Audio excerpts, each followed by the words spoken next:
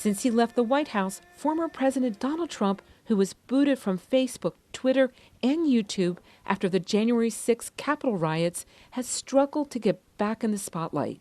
He tried a blog, and his allies launched 2 social media sites. And earlier this month, he sued the big social media companies for constraining his right to free speech. Our case will prove this censorship is unlawful, it's unconstitutional, and it's completely un-American. Trump seems to have no problem drawing audiences, especially at rallies. Still, social media conversations and mentions about Trump dropped about 90% from January to May 2021, according to the head of SocialFlow, who spoke to VOA. And I think he's now realizing just how much he did lose in losing that audience. It's a big deal. Worldwide, leaders are trying different methods for reining in the social media giants. The Nigerian government booted Twitter after it deleted a tweet by President Muhammadu Buhari. In India, Facebook's WhatsApp has sued the government to stop complying with new rules it says would lead to mass surveillance. In Russia, a new law requires social media firms to hire local staff if they want to advertise in the country.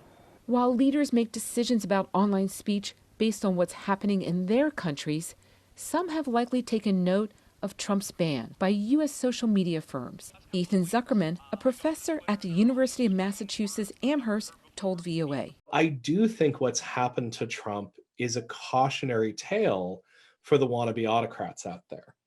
What's not clear is exactly what lesson they're going to take from it.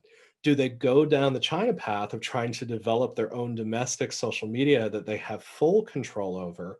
Or do they go down the Russia path where they say, look, we know people are going to continue expressing themselves on these international platforms. Let's figure out how to ensure that we have some leverage over them.